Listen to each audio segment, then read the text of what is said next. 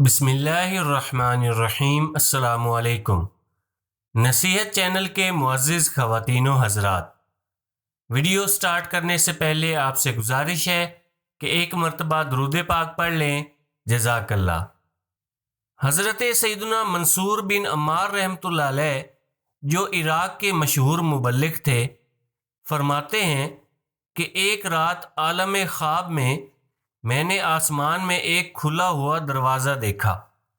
اس میں سے ایک انتہائی نورانی فرشتہ اترا اور مجھ سے کہنے لگا، اے ابن عمار، خدائے جبار و قہار، دن رات کا خالق، تمہیں سلام فرماتا ہے اور حکم فرماتا ہے کہ کل اپنا ممبر شراب خانے میں رکھ کر وہیں دل سے نصیحت بھرا بیان کرنا کہ اس میں ہمارے بہت سے راز پوشیدہ ہیں اور ہم تمہیں اپنی عجیب نشانیاں دکھائیں گے۔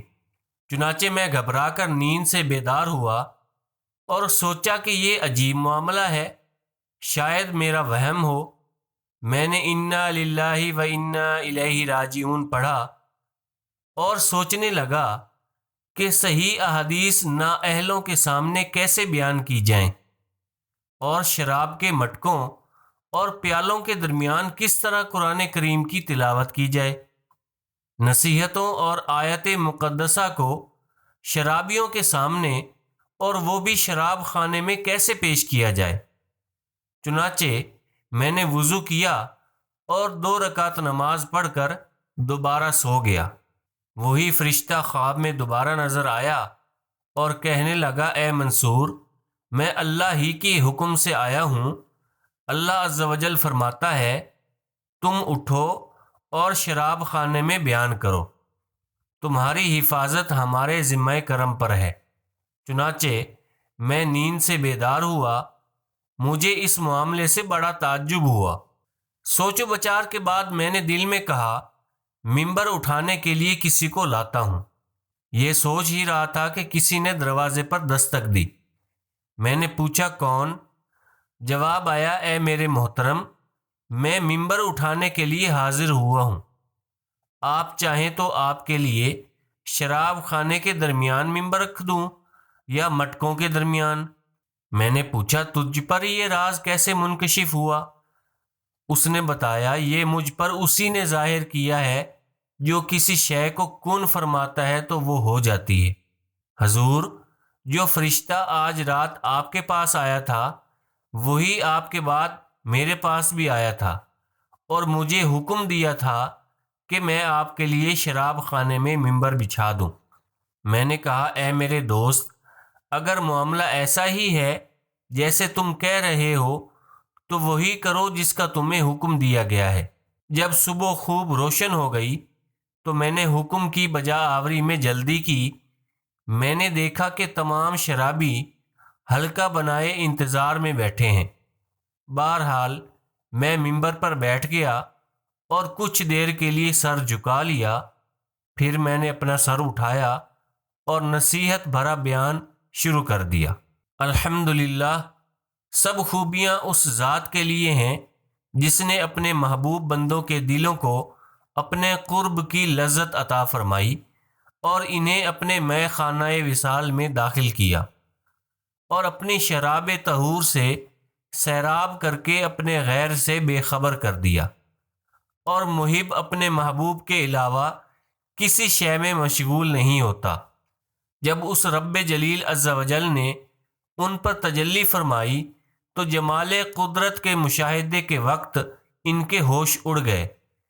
اے خواہشات کی شراب میں بدمست ہونے والو، اگر تم محبت الہی کے مے خانے میں داخل ہو جاؤ اور شراب کے مٹکوں کے بجائے قرب کے گھڑوں کا مشاہدہ کرو، بخشنے والے رب عز و جل کی بارگاہ میں صاحب وقار مردوں کو دیکھو کہ ان پر خوشی اور مسرت کے جام گردش کر رہے ہیں۔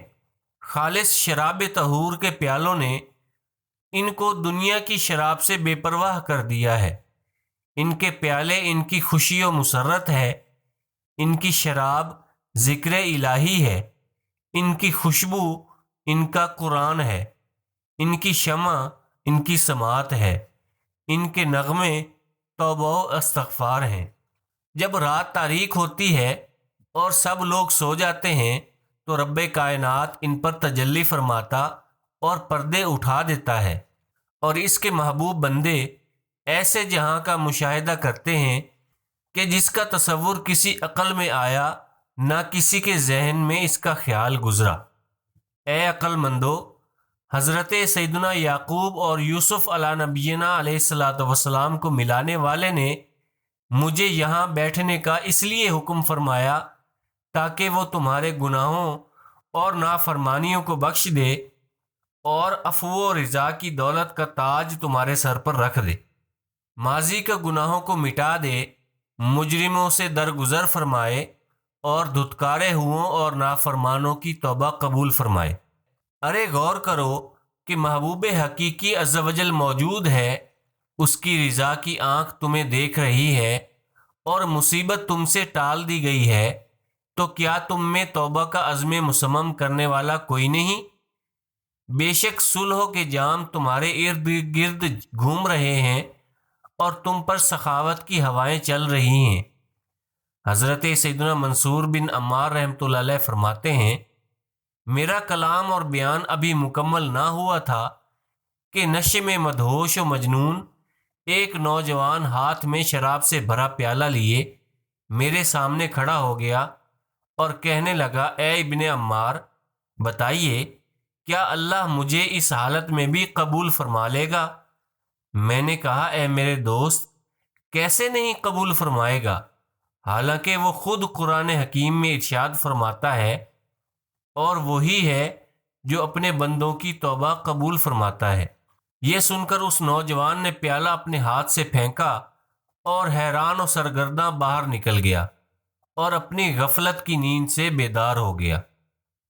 اس کے بعد نشے میں چور ایک بوڑھا شخص ہاتھ میں تنبورہ لیے کھڑا ہو کر کہنے لگا، اے ابن عمار، کیا اللہ اس شخص کی توبہ قبول فرمائے گا جس کی تمام عمر نافرمانی اور گناہوں میں ضائع ہو گئی ہو؟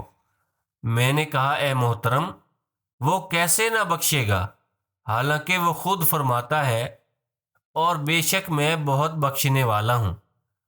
اس نے توبہ کرنے والوں کو خوشخبری دی ہے اور ان کے لیے رحم و کرم کا دروازہ کھول دیا ہے۔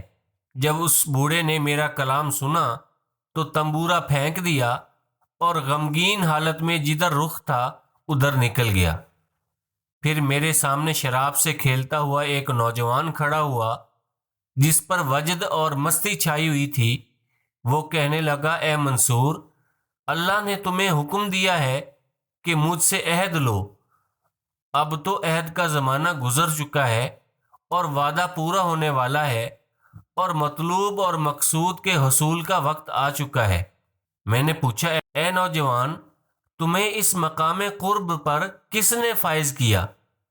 اس نے جواب دیا، میری ہی وجہ سے خواب میں آپ کو واعظ کا حکم دیا گیا اور آپ کے پاس اللہ کی طرف سے فرشتہ آیا۔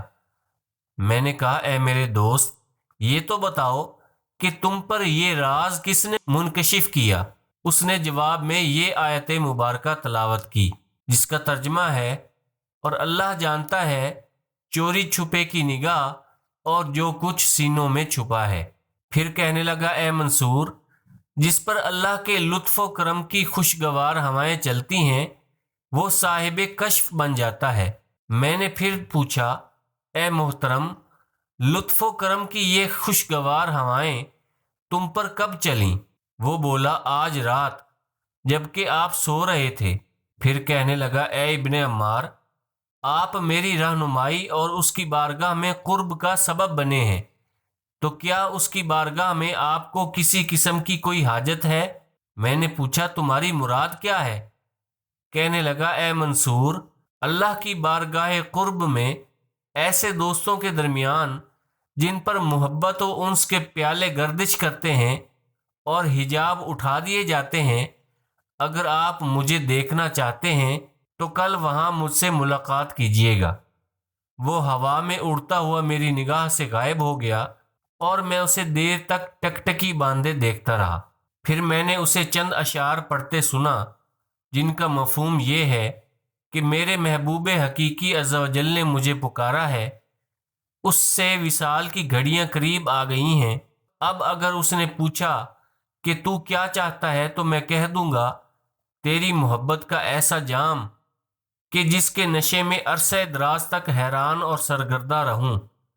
اے میری آنکھوں کے نور، میں تجھ کو ایسی نظر سے دیکھنا چاہتا ہوں جس میں دوری کی بجائے صرف قرب ہو کہ اب اس شوق میں تو میری عقل ختم ہو چکی ہے۔ اے میرے محبوب، میری زبان پر سوائے تیرے ذکر کے کچھ نہیں، اور جب سے تو نے مجھے وصال کی خوشخبری دی ہے اور میں نے اس پر لبیک کہا ہے تو اس کے بعد کبھی بھی حاضر ہونے میں سستی کا مظاہرہ نہیں کیا۔